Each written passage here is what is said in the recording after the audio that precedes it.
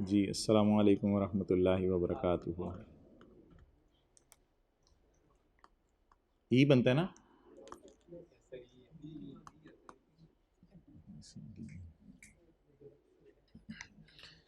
जी, latest time का सवाल निकालें। Revenues IFRS 15।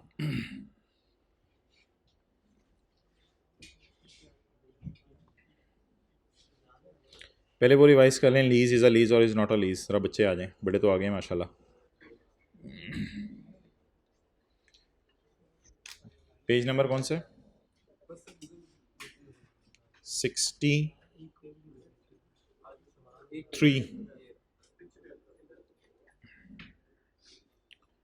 अच्छा जी, लेसर जिस वक्त एसेट लेसी को लीज पे देता है तो क्या उस एसेट की शनाख्त हो सकती है? हाँ जी बिल्कुल, शनाख्त हो सकती है। ऑप्शन 1। दूसरी नहीं भाई, शनाख्त नहीं हो रही। कौन सा एसेट लीज पे दिया भाई? फिर ये लीज ही नहीं है। फिर आप रेंट एक्सपेंस वाली एंट्रीज कर दें बस, नॉर्मल। अच्छा जी, लेसर ने एसेट लेसी को लीज पे दिया जिसकी शनाख्त हो सकती है। जी बिल्कुल, इसकी शनाख्त हो सकती है। अच्छा, लेसर के पास एसेट को बदलने का भी हक हासिल है। हाँ जी, लेसर ये एसेट लेके कोई और एसेट दे दे, लेसर की मर्जी चलेगी यार, लेसी की बेचारे की क्या चलेगी। लेसर इस एसेट को बदल के कोई और एसेट दे दे तो ये लीज नहीं है। पेज नंबर 63 है। क्या एसेट आइडेंटिफाइड है? जी बिल्कुल। अच्छा, एक बात याद रखिएगा, ज़िंदगी में जब भी इस तरह का कोई डायग्राम पढ़नी है ना, तो अगर आप यहाँ खड़े हैं तो आपने ये सारा मिला के पढ़ना है दोबारा। अगर आप यहाँ खड़े हैं तो सारा मिला के पढ़ना है दोबारा, पूरा पढ़ा करें। क्या एसेट की शनाख्त हो सकती है? जी बिल्कुल हो सकती है। क्या लेसर को एसेट बदलने का हक है? नहीं जी, नहीं जी, लेसर को एसेट बदलने का हक नहीं है। चलो फिर तो ये लीज की तरफ बात जा रही है। लेसर को एसेट बदलने का हक नहीं है। लेसी एसेट से फायदा डायरेक्टली ले सकता है, अपनी मर्जी चला सकता है? नहीं नहीं नहीं, लेसी की मर्जी नहीं चलेगी। लेसर ही बताया करेगा एसेट कैसे इस्तेमाल करो, फिर ये लीज नहीं है। अगर लेसी अपनी मर्जी चला सकता है तो देखो सारे बेनिफिट भी लेसी ही ले सकता है। जी हां, तो फिर ये लीज क्या है? लीज। अब ना ये क्वेश्चंस हैं कि क्या मतलब सब्सटेंटिव राइट, क्या मतलब डायरेक्ट द यूज, क्या मतलब इकोनॉमिक बेनिफिट, तो उनको जरा नजर मार लें। ये असल में मेन पेज है, पेज 60। जिस वक्त लीज का कॉन्ट्रैक्ट शुरू होगा उस वक्त एंटिटी ने असेस करना है। एंटिटी यहां होगा लेसर। लेसर ने असेस करना है कि कॉन्ट्रैक्ट लीज भी है या नहीं। A contract is or contains a lease, बल्कि ऐसी भी टेस्ट करता है। A contract is or contains a lease if the contract conveys the right to control the asset for identified for a period of time for consideration, यानी एक खास अरसे के लिए पैसों के अगेंस्ट। क्या मतलब? दो सवाल पूछेंगे लीज से हम। ये फाइनेंस ऑपरेटिंग का डिसीजन नहीं है, ये डिसीजन है लीज, लीज भी है या नहीं। क्या एसेट की शनाख्त हो सकती है और क्या एसेट पर लेसी का कंट्रोल है? क्या मतलब? अगर एसेट की शनाख्त हो सकती है तो फिर ये लीज लीज है। आइडेंटिफिकेशन कैन बी एक्सप्लिसिट और मे बी इम्प्लिसिट। हो सकता है चार चीजें हों, उसमें से तीन ऑलरेडी लीज पे चली गई हों, तो इंप्लाइड है कि चौथी चीज जो बची है वो किसकी है? वो लेसी की है। इसका क्या मतलब है कि इज द एसेट आइडेंटिफाइड में दूसरा point, asset are not considered as identified if the lessor has right to substitute. का मतलब होता है कि लेसर लेसी को शिप दे देगा किराए पे और कहेगा ये शिप वापस करो और मेरे फलां पोर्ट के ऊपर फलां शिप खड़ी है वो ले लो। इसका मतलब है लेसर के पास एसेट बदलने का राइट मौजूद है।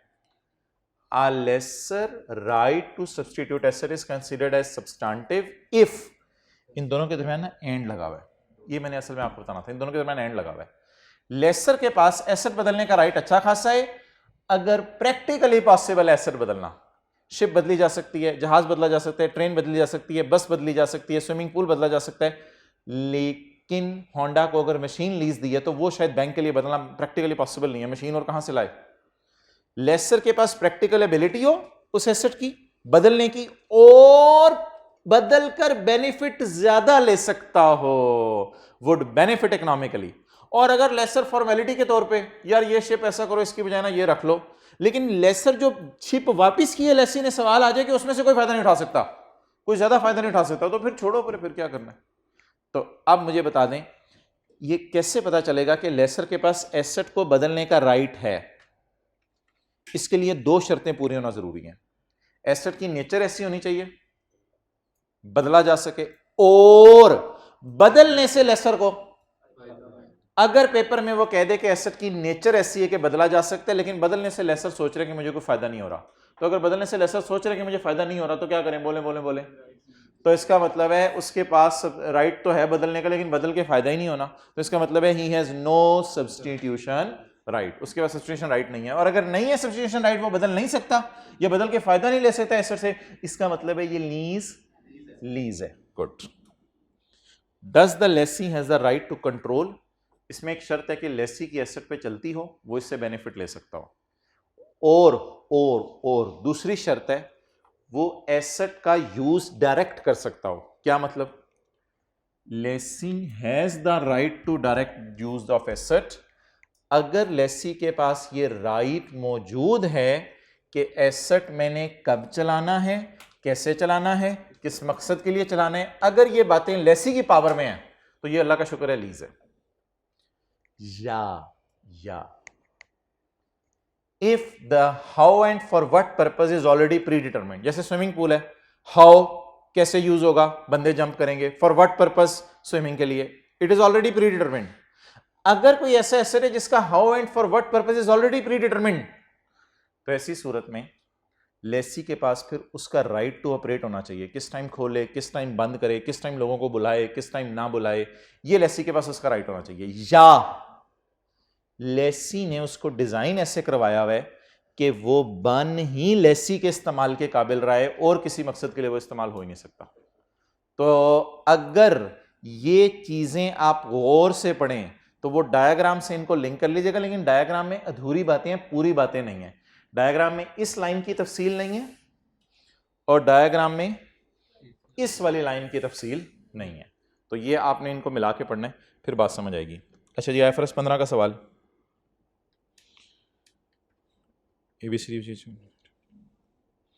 On 2 November 2021 excitement limited and, अच्छा मुझे ये बताएं,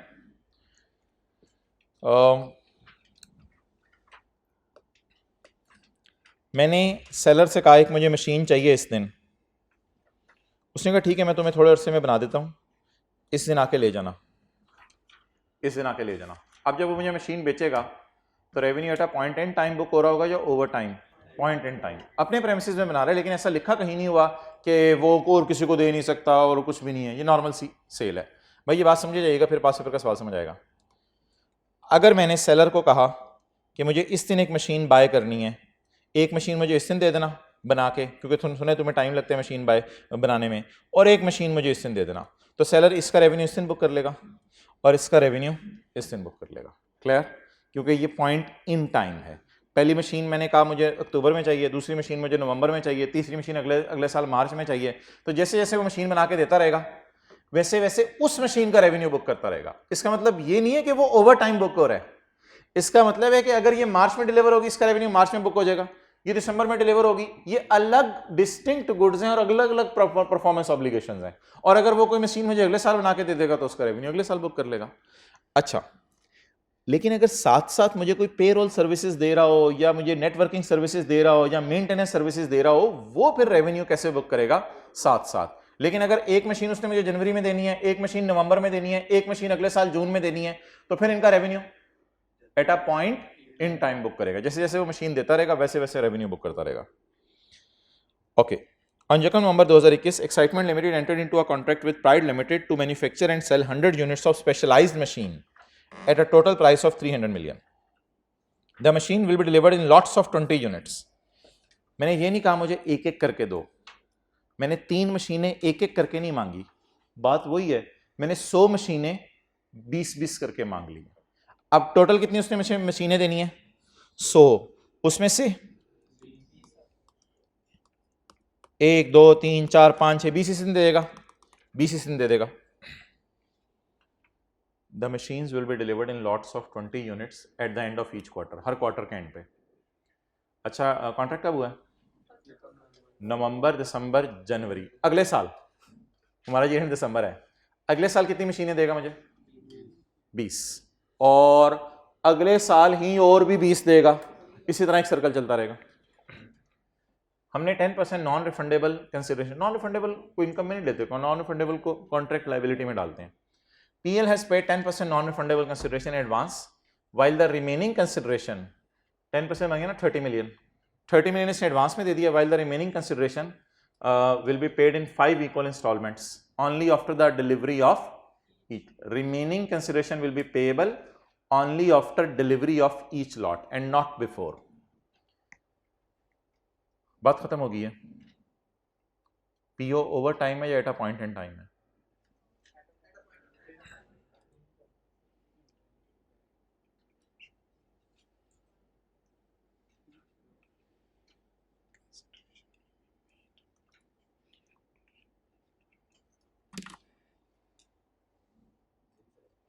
क्या जैसे जैसे वो मशीन देता रहता है वैसे वैसे मैं कंज्यूम कर रहा हूँ? नहीं, ये कोई सर्विस टाइप तो चीज़ नहीं है, तो मशीन मुझे पूरे लगानी पड़ेगी, लगानी पड़ेगी. क्या दूसरी बात, क्या ये कोई मेरे प्रेमिसेस में आके मुझे कोई चीज़ें बना के दे रहे जो जैसे जैसे क्रिएट करता जा रहा है वैसे वैसे मेरा कंट्रोल आता जा रहा है? क्या ये मशीन स्पेशलाइज्ड नेचर की है? हाँ, क्या ये मशीन स्पेशलाइज्ड नेचर की है? तो इसका मतलब ऐसी चीज़ें किसी और को दे. एक बात पूरी हो गई. But consideration will be paid only after each lot and not before. इसका मतलब है जो मैंने उसको पैसे देने हैं वो आफ्टर ईच डिलीवरी हैं, और बड़ा बड़ा करके आई कैप ने लिखा नॉट बिफोर. इसका मतलब है जब तक वो मुझे अपनी जिम्मेदारी पूरी अदा ना कर दे तब तक वो पैसे नहीं ले सकता. अगर पार्शल काम करके दे तो क्या उसका राइट होगा टू मनी या नॉट एट ऑल? किसी भी सूरत में डिलीवरी से पहले तुम्हारा पैसे लेने का हक नहीं होगा. अब वो पीओ ओवर टाइम की जो है वो शराइत अगर आप पढ़ें तो पीओ ओवर टाइम की शराइत क्या बनेंगी?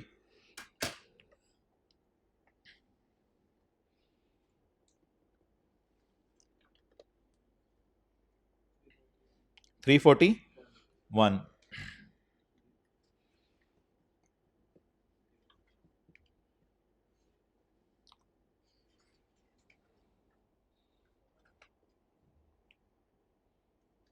नहीं भाई, 341 तो नहीं था. हाँ ठीक है. The entity performance creates an asset which has no alternative use to entity. हाँ ये बात तो है, इंग्लिश में आसान करा दी थी ना थोड़ी सी. And the entity has a right to payment for performance completed to date. जितना उसने मशीन बना के दे दी, मशीन से मुराद मेरी ये नहीं कि 10 या 12 मशीनें बना के दे दी, एक भी मशीन आधी भी बन गई तो भी आपका राइट एस्टेब्लिश हो जाएगा. ये बात नहीं है. आपका राइट एस्टेब्लिश कब होना है? After delivery and not before. Not before सबसे इंपॉर्टेंट लाइन थी. किसी भी सूरत में आपका राइट एस्टेब्लिश हो नहीं सकता. इसका मतलब है वो जो तीसरी सिनेरियो है उसकी दूसरी बात पूरी. इसका मतलब है सेलर रेवेन्यू कब बुक करे? जब मुझे 20 मशीनें दे. अब मैं आपके सामने दो सवाल रखने लगा हूं, दोनों सवाल तकरीबन एक तरह के हैं. अगर ईयर एंड में 20 में से 20 की 20 मशीनें आधी उसने बना ली हैं और आधी बनने वाली रहती हैं तो भी वो रेवेन्यू बुक. और अगर 20 में से उसने 15 बना ली हैं तो मैंने कहा हुआ है will be delivered in lots of 20. तुमने मुझे 20 की लॉट्स देनी है. जब वो दोगे नॉट बिफोर, उससे पहले तुम पैसे नहीं मांग सकते मेरे से. अब आप मुझे बता दें ऐसी सूरत में क्या वो तीसरी की दूसरी बात पूरी हो रही है? नहीं पूरी हो रही. अब वो कहता है ये आखिरी लाइन पढ़ें यहां से आगे, अप टू 31 दिसंबर 2021. अभी 2 महीने हुए ना, पहली डिलीवरी तो 3 महीने बाद होनी है. Up to 31 December 21 EL had manufactured 15 units to be delivered on. इसने 15 बना लिए हैं. अब 15 का रेवेन्यू ओवर टाइम बुक कर लूं, यानी 31 दिसंबर पे खड़े होकर 15 का रेवेन्यू भी बुक कर लेता हूं, बाकी 5 का जब डिलीवरी होगी तब बुक कर लूंगा. पेमेंट किस पे डिपेंडेंट है? सबके डिलीवरी के ऊपर. पेमेंट इसके ऊपर डिपेंडेंट, नॉट बिफोर. उससे पहले आपको पेमेंट का राइट नहीं है. इसका मतलब है अगर कोई फटाफटा हो जाता है मशीनें बनने में तो फिर पैसे आपको नहीं मिलेंगे. तो इट मींस के ओवर टाइम बुक नहीं करना एट अ पॉइंट इन. आप बता दें क्या सेल्स बुक होनी चाहिए? नहीं, सेल्स बुक नहीं होनी चाहिए। क्यों? मेरा कॉन्ट्रैक्ट कब साइन हुआ? 1 नवंबर को, और पहली डिलीवरी कब है? 31 जनवरी को। तो 31 दिसंबर को खड़े होकर मैं ये कहूं कि इतना काम मैंने कर दिया, बाकी तो मैं कर दूंगा, पीओ सेटिस्फाइड ओवर टाइम की तीनों शराइत पूरी नहीं हो रही, तो इसका मतलब है एट अ पॉइंट इन, तो सेल कब तक डेफर करूं? 31 जनवरी तक। नहीं, डेफर्ड इनकम नहीं डालने की जरूरत, बस सेल आप 31 जनवरी तक बुक ना करें। CEO, CFO, a chartered accountant has suggested that revenue of 15 should be recorded in 2021 as the machines are of specialized nature and has no use of EL। वो बात तो ठीक है, लेकिन इसको आगे दूसरी बात भी लिखनी चाहिए था ना, एंड द पेमेंट वाली बात, एंड द पेमेंट वाली बात भी तो लिखनी चाहिए थी, ये इसने अधूरी बात की है। लॉजिक वो ये दे रहा है कि it has no alternate use, लेकिन बताएं क्या ये आधी बात है या पूरी बात है? आधी बात है। अगली बात तो अलग है, उसको छोड़ें। पहली बात ये होगी, analyse the treatment suggested by CFO। अब हम स्टैंडर्ड खोलेंगे पेपर में, और स्टैंडर्ड खोल के हम लिखेंगे as per IFRS 15 an entity controls the asset या entity satisfies the performance obligation over time if one of the following criteria is met. Entity's performance does not create an asset with an alternative use and the entity has right to payment for performance completed to date. In this scenario, though the machine is of specialized nature, an entity has no alternate use, but the entity has no right for performance completed to date. Therefore, in this case, revenue will not be recorded over point over time and will be recorded at a point in time, that is 31 January, when the 20 units will be delivered. Therefore, the solution suggested by CFO is not in accordance with the IFRS 15 का treatment. Next, अगली बात आगे वो ये कहता है, sales team of EL worked hard and spent 1600 घंटे costing 4 million, जिसकी उन्होंने तनख्वाह मांगी 4 million, for preparing proposal for contract, for preparing proposal for contract. नहीं कोई नहीं है, तसल्ली से खोलें, चीजें देखते हैं आराम से। Preparing proposal for contract, page number 346 पे था ना। Preparing proposal, travel cost to deliver proposal, proposal बनाने का खर्चा, ये सारी चीजें बोलें। प्रिपेयरिंग प्रपोजल, प्रपोजल क्या होता है यार? आप तो बड़े हैं, प्रपोज करने के बाद रिजेक्शन भी आ जाती है आगे से, घर वाले अगर आप कहीं भेज दें तो रिजेक्शन भी आ जाती है ना। तो what does it mean? It is an offer, it is just an, और भाई इस कॉन्सेप्ट समझाने के लिए मिसाल दे रहा हूं, आप डीप डाउन चले जाते हैं। तो व्हाट इज दिस? क्या ये कॉन्ट्रैक्ट पकड़ने के बाद का खर्चा है या कॉन्ट्रैक्ट पकड़ने से पहले का खर्चा है? और अगर कॉन्ट्रैक्ट ना भी मिलता तो ये खर्चा होना था। इसका मतलब है ये कॉन्ट्रैक्ट मिलने की, विन करने की कॉस्ट नहीं है, इसलिए इसको कहां डालेंगे? एक्सपेंस में डालेंगे। Next, the team was also rewarded with a bonus of 6 million upon obtaining the contract. उसको बोनस मिला कॉन्ट्रैक्ट पकड़ने पे, कॉन्ट्रैक्ट विन करने पे बोनस मिला। ये कोई एनुअल सेल्स बोनस टाइप चीज है? No no no no no no, ये वो कमीशन है जो आप एम्प्लॉइज को देते हैं फॉर विनिंग द। इसको क्या करना चाहिए? इसको ना रेवेन्यू से मैच करना चाहिए। कैसे? 5 दफा सेल बुक होनी है, 20 unit 20 unit 20 unit 20 unit 20 unit, 5 दफा सेल बुक होनी है। 3 महीने बाद पहली सेल बुक होगी, फिर 3 महीने बाद अगली सेल बुक होगी, फिर 3 महीने बाद अगली सेल बुक होगी, फिर 3 महीने बाद 5 दफा सेल बुक होनी है। तो इस कॉस्ट को भी साथ साथ 5 हिस्से इसके तोड़ के कर दें, और साथ साथ इस कॉस्ट को भी अमोर्टाइज करें, फिलहाल इसे कैपिटलाइज कर दें। क्लियर? अच्छा जी। EL, the team was also rewarded with bonus among the contract. EL CFO chartered accountant stated a revenue of 15 should be recorded. Further, the sale team cost of 10 million should be taken to P&L. कहते हैं पूरे 10 million को कहां ले जाओ? P&L में, खर्चे में।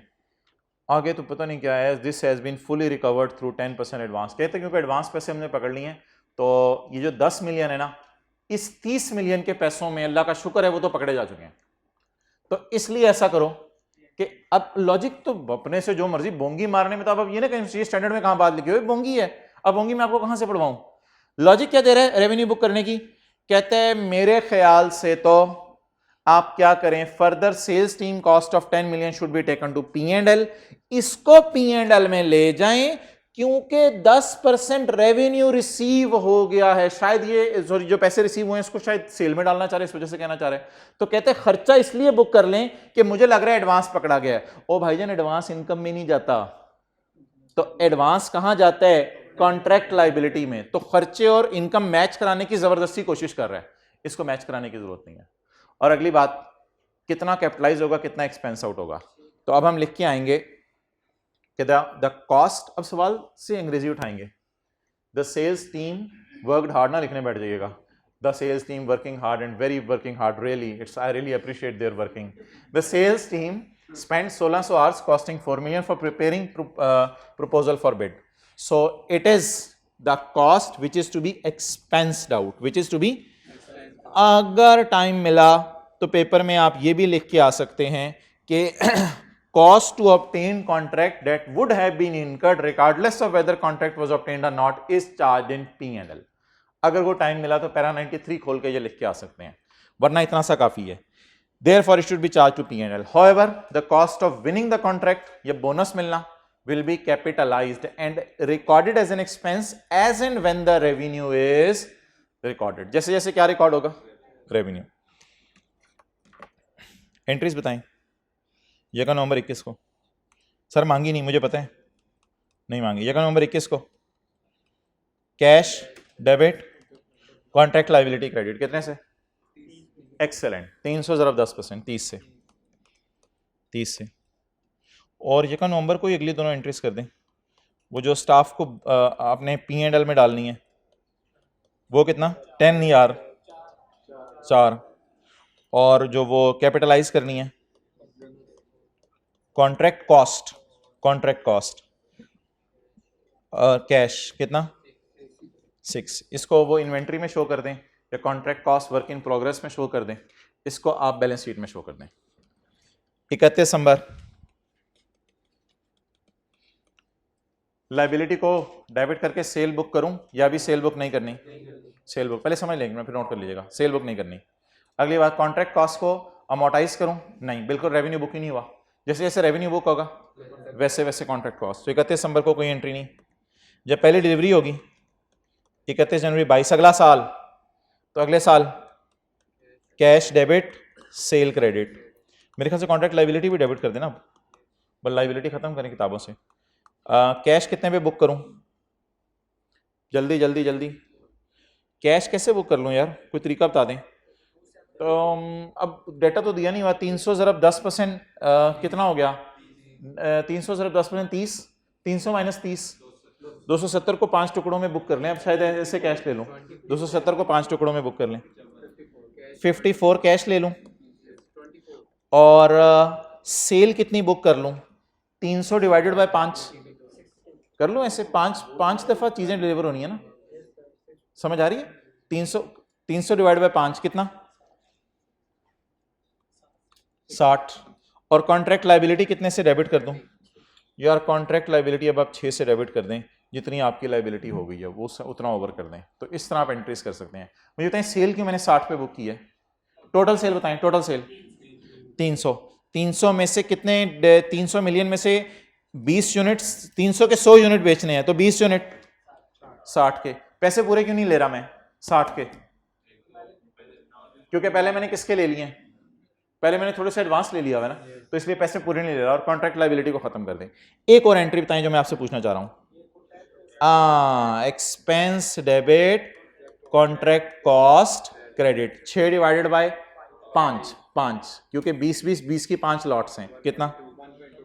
1.2। तस्वीर खींच लें।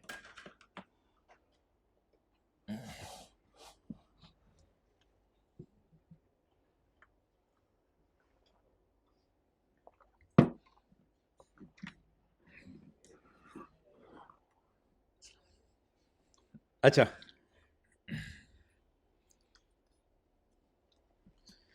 जो बच्चा रेवेन्यू ओवर टाइम भी बुक कर रहा था लेकिन कुछ लिख के तो आता ना, स्टाफ के बारे में लिख के आता, 4 मिलियन के बारे में, 6 मिलियन के बारे में लिख के आता, इन चीज़ों के बारे में तो लिख के आता, उसको वहाँ से मार्क्स भी मिल सकते थे। ओके, आगे की रह गया सी?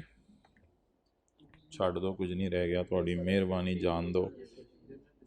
घर वाले जनरल डिस्कशन IFRS 15 की वो मैं कर लेता हूँ, और ही बस वही है, छेती है जान दी। अच्छा जी भाईजान, इसमें मुझे बातें बताएं, कुछ 5 बातें। नहीं नहीं नहीं, वो 5 मैं नहीं पूछ रहा, 5 कॉन्ट्रैक्ट की शरायतें वो अलग हैं, कॉन्ट्रैक्ट का पूरा समझा जाएगा, 5 इसकी शरायतें।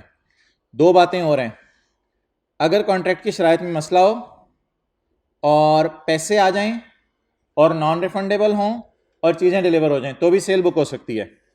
अगर 5 शराइत में मसला हो, पैसे आ जाएं और कॉन्ट्रैक्ट टर्मिनेट हो जाए और पैसे नॉन रिफंडेबल हों तो भी सेल बुक हो सकती है। एक कॉन्ट्रैक्ट एग्जिस्ट ही नहीं करता अगर दोनों पार्टीज कॉन्ट्रैक्ट से निकल सकती हैं विदाउट पेइंग पेनल्टी, तब कॉन्ट्रैक्ट एग्जिस्ट ही नहीं करता। ये लाइन भी ढूंढिएगा, ये भी पढ़ी थी। अगली बात, एक ये कॉन्सेप्ट पढ़ा, दूसरा ये, तीसरा ये, चौथा कॉन्सेप्ट पढ़ा था कॉन्ट्रैक्ट मॉडिफिकेशन का। मॉडिफिकेशन याद है, स्टैंड अलोन प्राइस और वो सारा। तो और 5वां कॉन्सेप्ट पढ़ा था कॉन्ट्रैक्ट कॉम्बिनेशन का। कॉन्ट्रैक्ट कॉम्बिनेशन का 3 सूरतों में कॉन्ट्रैक्ट्स को क्या किया जा सकता है, कंबाइन। अब ये सारी चीजें तरतीब से लिखी हुई हैं लेकिन याद आ गई। अच्छा जी, इसमें क्या पढ़ा था, आइडेंटिफाई द परफॉर्मेंस ऑब्लिगेशन। इसमें तो रुल गए थे हम पढ़ पढ़ के। इसमें पढ़ा था डिस्टिंक्ट वाला कॉन्सेप्ट, डिस्टिंक्ट वाला कॉन्सेप्ट पढ़ा था। और फिर उसके बाद हमने इसमें कॉन्सेप्ट पढ़ा था परफॉर्मेंस ऑब्लिगेशन वाला, कि सीरीज ऑफ डिस्टिंक्ट गुड्स भी एक सिंगल परफॉर्मेंस ऑब्लिगेशन बनती हैं। Determine the transaction price, determine the transaction price के अंदर हमने पढ़ा था variable consideration, significant financing component पढ़ा था, और एक हाँ कंसिडरेशन पेबल टू कस्टमर पढ़ा था, वो जो कंधे पे रख के लेके आया था। और एक चौथी चीज पढ़ी थी कॉन्स्ट्रेनिंग एस्टिमेट्स ऑफ वेरिएबल कंसिडरेशन, एक वो था। एक और 5वीं चीज पढ़ी थी नॉन कैश कंसिडरेशन, जमादार ने सफाई की, आपने उसको क्या दे दिए, शेयर। तो ये था determine the transaction price. Allocate the transaction price में क्या पढ़ा था, वो जो टेबल बनाते थे एलोकेशन वाला, और उसमें फिर अगर एलोकेशन सादा तरीके से नहीं हो सकती तो उसके अंदर जो है वो 3 पॉसिबिलिटीज थी, residual approach, market adjusted market approach, और एक कॉस्ट प्लस अप्रोच। और आखिर में क्या पढ़ा था, फायदा हुआ इस डिस्कशन का, पीओ सेटिस्फाइड। इसमें 2 ऑप्शंस हैं, at a point in time और over time. At a point in time और over time. At a point in time और ओवर टाइम के अंदर ओवर टाइम के 3 सिचुएशंस हैं और पॉइंट इन टाइम के 4-5 सर्कमस्टांसेस हैं। वो कोई एग्जैक्ट नहीं है, बस 4-5 सूरतों में समझा जा सकता है कि revenue eight a point in time book कर ले। इन 5 के बाद भी एक चीज पड़ी थी, वो थी मोहतरम प्रेजेंटेशन, प्रेजेंटेशन जिसमें कॉन्ट्रैक्ट एसेट, कॉन्ट्रैक्ट लायबिलिटी और वो। और छठी और आखिरी चीज हमने पढ़ी थी कॉन्ट्रैक्ट कॉस्ट्स, वो शायद 5वें स्टेप से ही लिंक है। कॉन्ट्रैक्ट कॉस्ट, कॉन्ट्रैक्ट कॉस्ट आखिरी दिनों में की थी, cost to obtain, cost to fulfil contract, और उनकी सारी डिस्कशन जो हमने आज भी थोड़ी सी की है। तो ये सारा हमने इसमें से पढ़ा था। जरा पॉज करना, जरा क्या पूरा ही पॉज कर। अच्छा जी, फाइनल अकाउंट की एमसीक्यू जरा देख लें कोई हम। अच्छा निकालो यार फाइनल अकाउंट, वेले बैठे हैं, कोई काम नहीं है। फाइनल अकाउंट के एमसीक्यू देख लें, हाथ धो भी है।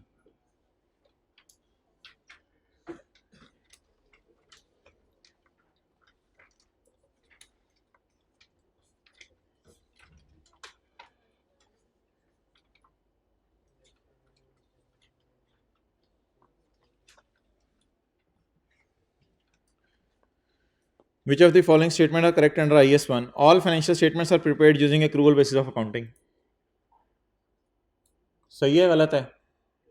गलत है, कैश फ्लो accrual पे नहीं बनती। कैश फ्लो तो कैश बेसिस पे बनती है ना, जितना कैश आया और गया। तो क्या सारी चीज़ें accrual accounting में बनती हैं या कैश फ्लो कैश बेसिस पे बनती है? कैश फ्लो कैश बेसिस पे बनती है, तो ये बात तो गलत है। An entity shall reclassify comparative amounts, ये कोई IS 8 टाइप सवाल है। कंपैरेटिव अमाउंट को रिक्लासीफाई करेंगे अनलेस रिक्लासिफिकेशन इज इम्प्रैक्टिकेबल, ये बात ठीक है। अनलेस, अगर इम्प्रैक्टिकेबल है तो फिर हम कुछ भी नहीं कर सकते ना, लेकिन अगर प्रैक्टिकेबल है तो पिछले साल की एडजस्टमेंट्स को री क्लासीफाई करें, या ये सेट में शायद आप लोगों ने पढ़ा होगा। Which of the following are correct? Profit और loss is the total of income less expenses including components of OCI। गलत बात है, प्रॉफिट एंड लॉस में OCI के कंपोनेंट्स कैसे पड़े होते हैं यार, बोंगी मार रहे हो। वो प्रॉफिट एंड लॉस में नहीं पड़े होते। प्रॉफिट और loss is total of income less expenses, profit और लॉस इंक्लूड OCI। लो ये कसर रहेगी थी अब सुनने वाली। An entity shall present with equal prominence all financial statements. Equal prominence, बिल्कुल बैलेंस शीट इक्वल प्रोमिनेंस के साथ शो करें, प्रोमिनेंटली बड़ी बड़ी करके balance sheet, profit and loss, statement and equity with equal prominence show करें। इसमें बिल्कुल ये बात आपकी बिल्कुल ठीक है। अच्छा,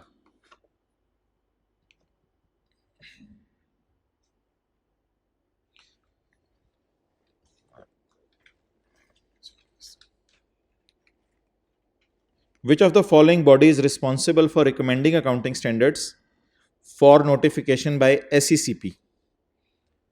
स्टैंडर्ड बनते हैं बाहर की दुनिया में। कौन सी बॉडी है जो रिकमेंड करती है SECP को कि आप नोटिफाई कर दें? आई कैप मशवरा देते हैं, जाहिर बात है लॉयर्स ने तो मशवरा नहीं देना, स्टॉक एक्सचेंज ने तो मशवरा नहीं देना, आई कैप मशवरा देगा कि आप इसको क्या कर दें, लाइव कर दें। ठीक है, इनको बाकियों को देख लीजिएगा आप। चलो यार ओवर करो, ठीक है भाई, अल्लाह हाफ़िज़।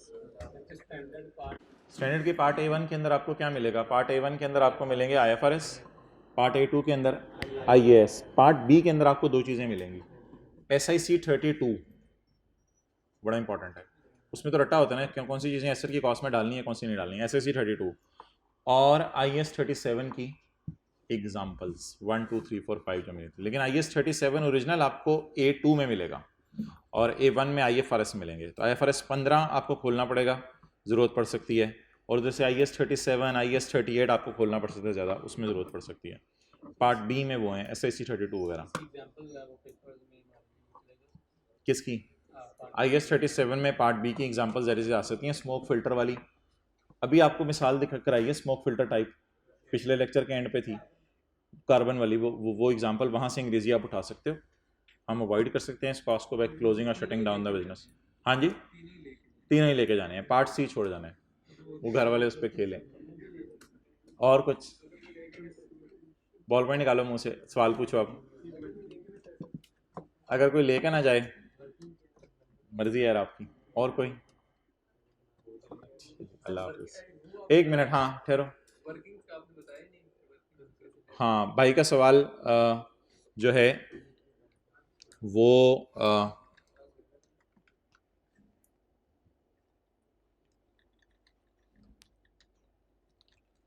ये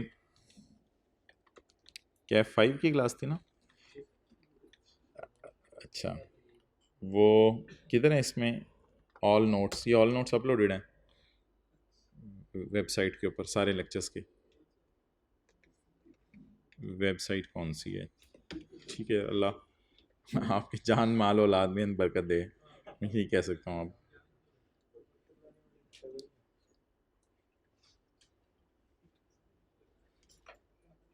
यार ये जो है ना GRV UGRV, भाई का सवाल पता नहीं क्या था, ये बच्चे कहते थे ज़रा बता दें GRV UGRV। तो ये GRV जो है ना, GRV बुक में दी हुई है, लेसी वाली, और ये लेसर वाली है, लेसर वाली GRV है, देखें लेक्चर 22 में, और ये ना वॉल्यूम 2 में भी डब्बा डला हुआ है। वॉल्यूम 2 में जाके देखेगा, वॉल्यूम 1 के जो नोट्स थे ना लेक्चर, वो उधर डाल दिए गए हैं वॉल्यूम 2 के अंदर। तो लेसी ने गारंटी की है रेजिडुअल वैल्यू 10 मिलियन की, ऑल्दो लेसर एक्सपेक्ट करे कि मशीन की रेजिडुअल वैल्यू कितनी होगी, 15। अब आपने क्या करना है, टोटल रेजिडुअल वैल्यू कितनी, 15 में से लेसी ने कितनी गारंटी कर दी, 10, तो UGRV 5। अगली मिसाल पढ़ें, lessee has not guaranteed any residual value, however lesser expects that machine will have a market value of 4 million at the end of lease term। अब लेसर को बाजार से कितने मिल जाने, 4, लेसी ने कितने गारंटी किए, लेसर एस्टिमेटेड दैट, उधर नहीं एस्टिमेट कर रहा, इधर कर रहा है, lessor estimated that residual value is at the end of lease, however only 20 is guaranteed by lessee, तो 20 और 10। Lessor estimate that residual value of the asset at the end of lease is, out of which 2 lakh is guaranteed by lessee. Lessee has guaranteed 10 million, although lessor expects that machine has a value of 7 million। ये असल में scenario है, इसमें बताएं आप, ये 0 लेंगे और लेसी से 10 मिल जाने, आप टेंशन ना लें। तो इसमें GRV में कितना डाल देंगे, 10 और यूजीआरबी में एक ये थी लेसर की डिस्कशन और एक लेसर की डिस्कशन नीचे जाके एंड के ऊपर थी। कौन सी वाली? वर्किंग वाला ना? फिर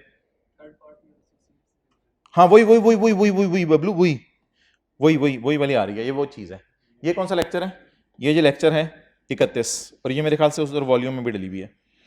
तो lessor expects that residual value of asset at the end of lease term will be, इधर देख लें, कोई नहीं, सीए कर लें। Residual value end of lease पे कितनी होगी? 12। Out of which following guarantees are obtained.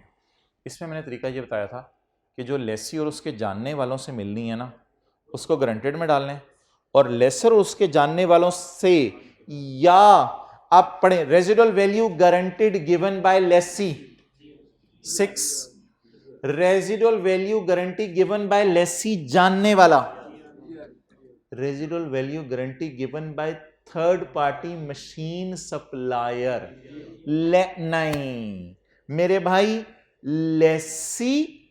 Lesi का जानने वाला और लेसर का अनजान, ये सारे लेसर के लिए अनजान है। गहरी बात कर दी, दोबारा सुने। कुछ है लेसर के लिए अनजान लोग, कुछ है लेसर के लिए जानने वाले लोग। लेसर के लिए अनजान कौन है? उत्तर लेसर के लिए अनजान कौन है? नंबर 1 लेसी। जाहिर बात है कि किसी ने जो है वो गाड़ी लीज पे ले ली बैंक से, तो बैंक के और उसके शेयर्स तो नहीं उसने बैंक के खरीदे, वो अनजान ही है ना। तो आप जाके बैंक से गाड़ी लीज पे ले लें, आप और बैंक अनजान है आपस में। कस्टमर बनने से तो वो नहीं हो जाता कि ये एसोसिएट्स हैं। आप ये तो नहीं कह सकते मैं कॉलेज का एसोसिएट हूं, मेरे शेयर्स हैं इसमें। अब तो कस्टमर होंगे सिर्फ। तो लेसी और वो सारे लोग जो लेसर के लिए अनजान है, वो ओवरऑल लेसर के लिए अनजान है। अब मिसालें सुनना शुरू करें। क्या लेसी लेसर के लिए अनजान है? क्या लेसी का जानने वाला लेसर के लिए अनजान है? क्या कोई third party insurance company, machine supplier, कोई और बंदा लेसर के लिए अनजान है? तो जो लोग लेसर के लिए अनजान है उनको आपने जीआरबी में डालना है। 6 + 1 + 1। अब 12 - 8 भी 4 आप निकाल सकते हैं यूजीआरबी, लेकिन एक बीच में पड़ी हुई है residual value guarantee given by lessor जानने वाला। तो लेसर का जानने वाला अगर गारंटी कर देना तो उसको क्या कहना है? यूजीआरबी। और बाकी पैसा शायद किसी ने अभी तक गारंटी नहीं किया, उसको भी आपने यूजीआरबी में डाल देना, उसको भी आपने यूजीआरबी। ये वो कॉन्सेप्ट था। क्लियर? और लेसी के लिए कैसे सोचना है, लेसी के लिए कैसे सोचना है वो भी जरा आप पूरे कर लें। लेसी के लिए कैसे सोचना है? लेसी के लिए ना ऐसे सोचना है कि लेसी ने वादा कितना किया है और लेसी की उम्मीद क्या है। कि लेसी के लिए ऐसे सोचना है, पेज 40, लेसी ने गारंटी कर दी 6, तो लेसी के सवाल में 6 ही ले लें। अब मैं लेसी के सवालों की तरफ आ गया हूं। रेजिडुअल वैल्यू मशीन की एक्सपेक्टेड है 15, यानी मशीन 15 लेसर को दे जाएगी, लेकिन लेसी ने सिर्फ वादा किया कितने का? अब लेसी कितने देगा? लेसी को पता है मैं इतनी अच्छी मशीन इस्तेमाल करूंगा, 15 दे जाएगी, मुझे 10 देने ही नहीं पड़ेंगे, इसलिए रेजिडुअल वैल्यू हमने 0 ली थी। और the residual value of the machine at the end of lease term is estimated at 15 and lessee has guaranteed. And पे रेजिडुअल वैल्यू कितनी एक्सपेक्टेड है? यानी लेसी को पता है मैंने इतने मंड के चलानी है कि बाजार में सिर्फ 15 देके जाएगी, तो 15 बाजार से मिल जाएंगे लेसर को, और 3 लेसर के एंगल से अलग तरीके से चीजों को सोचना है और लेसी के एंगल से ऐसे सोचना है। ठीक है भैया, अस्सलाम वालेकुम रहमतुल्लाहि व बरकातुहू, अल्लाह हाफिज। हाँ मैं आ रहा हूँ, मैं आप तक आऊँगा। अच्छा जी, यार ये हाफिज नहीं होने दे रहे। अच्छा, भाई का सवाल बड़ा टेक्निकल है। वो सवाल ये है कि पेपर कंसोलिडेशन के सवाल में P&L आया, तो अब क्या हुआ? कहते हैं मैंने तो शुरू ही वर्किंग 5 से किया, एस प्रॉफिट, या वर्किंग 1 की ताकि गुडविल निकाल लूँ, वर्किंग 1 की, वर्किंग 5 की और वर्किंग 6 की। कोई मसला नहीं, कोई मसला ही नहीं। अब वर्किंग 1 करें, 5 करें, 6 करें, 7 करें, और एंड पे जिस वक्त आप फेस पे लेके जाने लगे तो वर्किंग 5 को काट के ऊपर वर्किंग 2 लिख दें, वर्किंग 6 को काट के। कोई मार्क्स नहीं कटते कटिंग के, कोई मार्क्स नहीं कटते, और इससे बेहतर हाल आपको कोई नहीं बता। चलो भाई, अल्लाह हाफिज। ठीक है जी।